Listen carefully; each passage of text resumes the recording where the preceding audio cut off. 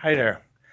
Uh, I'm doing a thread response. I've not done a thread response in maybe three, four, five, six, I don't know how many years. Um, but yeah, I got time on my hands, so I have to see if I can do more videos. But this is the thread response that just came out of the blue. I saw Steve from Value Vinyl respond to it, and I was like, why not? It's the thread that Beth from B-Sides Records started about the records you have on Discogs that are the most expensive, I guess. Not the ones you paid the most money for, but the ones that are worth the most money. And I do vinyl LPs, and I do 7-inch records. Um, there were a couple of 7 inches that eh, they're they could fetch some decent money. Starting off with the 7-inch records, um, I only have 5 of those. I have 10 LPs, so it might be a little longer video. First up is this one. This is Fugazi, 3 songs. Uh, no info on the labels, but um, this goes. I'm only taking the highest price that you could potentially get. It's not that you would get it, but potentially you could get it. And this is the lowest of the 5, I guess, but it's still quite a lot of money you could fetch from this one. For those who don't know, Fugazi, I think this is a post-hardcore band that Ian MacKaye from Minor Threat started, and I like it. I like Fugazi. Uh, what else have we got? This one, surprisingly, goes for a decent amount of money. Hope you can see it. This is Friday I'm in Love by The Cure, and as you can see, promo copy only, not for resale. This is the promo copy. Nothing special. It's like vinyl. Friday I'm in Love. Look it up. It probably in this little fiction sleeve. It goes for a lot of money. Then another one that kind of surprised me. This is Undone by Weezer. Blue vinyl. Numbered limited edition. Switchers, the Undone track, Sweater Song is that, and My Name is Jonas. My favorite Weezer album. I don't have it on vinyl, but I've got this one. Uh, again, goes for some decent money. Number 2, I forgot to mention the numbers, but that was 5, 4, and 3. And now we have number 2 is this one. This is, I'm going to try to pronounce it in Italian. It's Setta Notte in Nero. Setta Notte in Nero? 7 Notes in Black. This is a soundtrack EP slash 7-inch. It's only 2 tracks. It's a 7-inch by these guys, Bixio, Frizzi, and Tempera, and it's on the Cinefox label. Let me show you the label there. And these, this is a music from a Italian horror movie, I believe, from the 70s, and they go for crazy money. Got this for free. So yeah, I'm stoked to have this. I mean, the cover is amazing, and you're a movie fan, so yeah, really rare 7-inch single. So that is number 2, and my most valuable 7-inch record. Not in the condition I have it in. It's Discogs highest, meaning if it's in mint and probably sealed, you'll get, I don't know, what was it, 350 euros for it? I would be lucky if I could get $50 from this. Still a lot of money, but you'll see what I'm talking about. This is the whatever it was with Halloween. No, this is the Misfits with Halloween, and you got various different variants for this cover. This is the orange one. Um, this is on Plan 9 Records. It's Halloween, and B-side is Halloween as well. I don't know what year this came out in, 1981, I believe. And yeah, this one goes for a lot of money if it is complete, if the sleeve isn't butchered like mine is. Because someone decided, you know what, I'm going to spray paint the band and I'm going to cut away the logo and probably put it up somewhere. Found this at a thrift store for 85 cents. And you're not leaving the Misfits behind no matter what condition it is in. So this is my number one most valuable 7-inch record. Now, let's go to the LPs. It does feature a box set. So maybe that's cheating. But yeah, these records, they're 10. Maximum price is between 100 and 300 euros each. Didn't pay any crazy amount like that. Maybe the box set I paid a little bit more than I should. But I was too late buying the box set. So first up, this is not the original sleeve. This is a standard generic sleeve. But the album in question is this one. This is the Television Personalities with They Could Have Been Bigger Than the Beatles. This is from 1980 something. I don't know. It's a French press on Wham Records. And it's punk. Yeah, I'm going to show you a generic sleeve. It's punk, but it's also kind of post-punk, and it's very 60s oriented. And I love the Television Personalities. I'm glad with the albums I have, and if I find more, I'll probably pick it up, but not for a lot of money. But yeah, I don't know what it's worth in this case. It's a generic sleeve. Next one, I picked up at a thrift store. I was going through the bins, and then suddenly this record popped up, and I was like, wait a minute.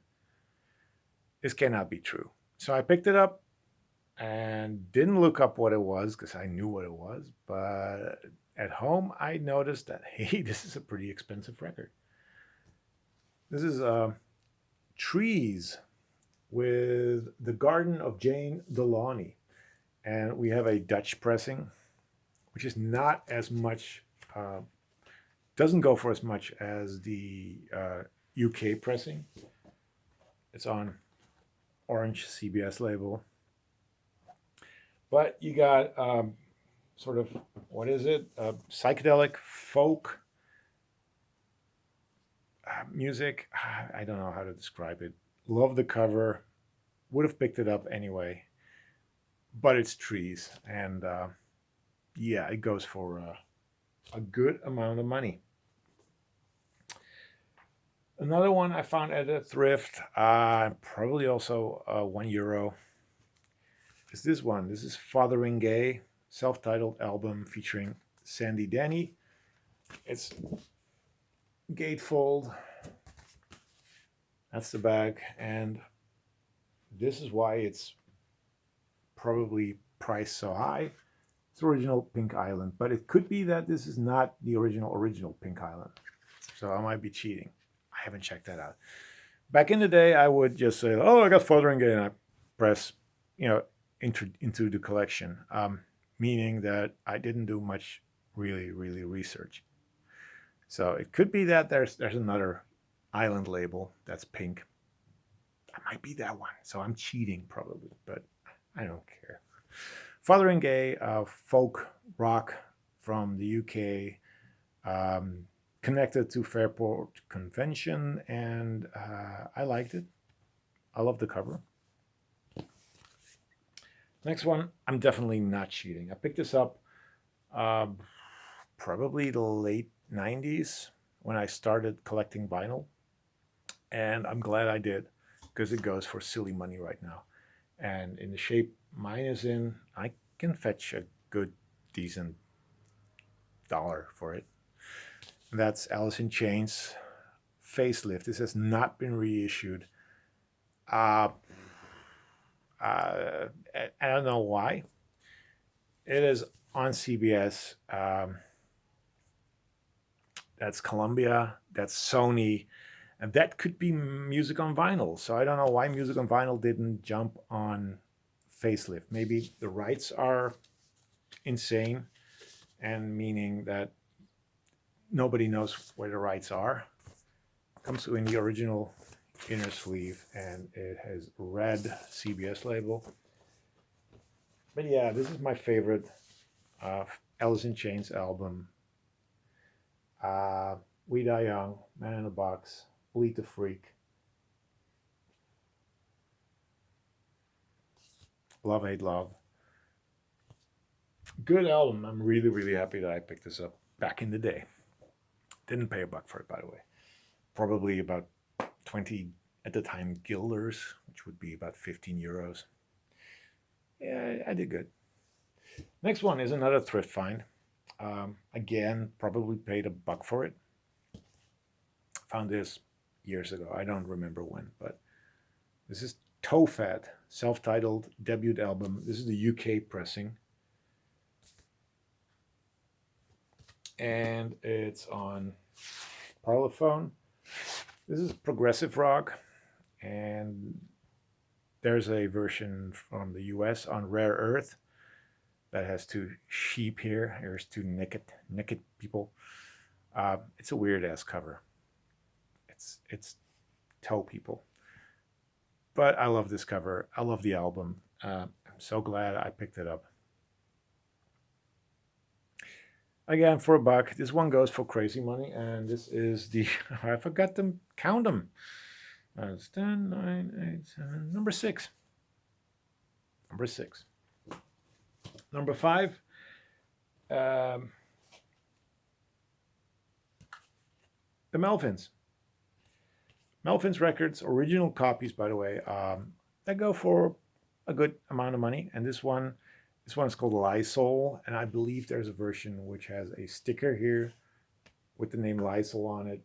Mine doesn't, but it is the UK pressing. It's got the inner sleeve with the roses.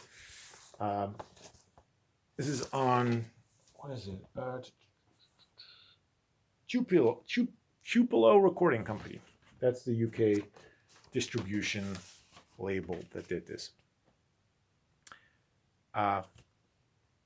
Yeah, Melvins. I like the Melvins a lot, but I'm kind of, I don't know about them anymore. You know, they sound too similar on each album. Maybe I'm wrong, but not that into it anymore. Number 4, the biggest surprise in my collection. I didn't notice that. Excuse me. It goes for this amount of money if you have a perfect collection, a perfect version. That's this one. This is Roger Nichols and the Small Circle of Friends, self-titled album from probably late 1960s, early 70s. I don't know, but it's on. Put it back. It's on the A&M label. This is the olive colored A&M label, German pressing. This is bubblegum pop, but more sophisticated bubblegum pop. This is not the Archies or I don't know, 1910 Fruit Gum Company. This is more sophisticated. It's just bubblegum pop, people. But this is a really, really good album. And when I picked it up, I picked up everything that was bubblegum at the day, back in the day. Um, I did not know that this one goes for so much money right now. Maybe it's because when I started collecting uh, bubblegum pop, 60s bubblegum pop music, people were heavily into Psych and they left the whole bubblegum thing alone. And now Psych has been collected, so you go to other places that has good music, and that's this. So this one, look it up on Discogs. It's insane. Next up, number 3 is a box set. Probably if it's in shrink, you'll pay that amount of money if you look on Discogs. The highest priced. I don't have it in shrink, but I do have it. This is Young Team by Mogwai, a box set. I'm not gonna go too deep in it. It's got the album. That's the original cover. It's got a second record in it. It's got, I think, a CD in it. It's got lots of stuff in it. I have a Mogwai collection video. I go into depth with this record. But yeah, amazing band, amazing record, Mogwai. I believe this is their debut album from 1996, if I'm not mistaken. Post rock. And Mogwai is still my favorite post rock group. Can't do nothing about it. Then a record that I do have, I don't really care that much for it. So in the future, it'll probably leave my collection. But right now, it's still in my collection, so it counts. This is the number 2 most expensive record that I have, according to Discogs. This is The Cure with Blood Flowers. I believe it's going to get reissued, but this is an original copy that I picked up for, what was it? 40 euros or 40 guilders, something like that. What year is this from? Probably guilders. I don't know.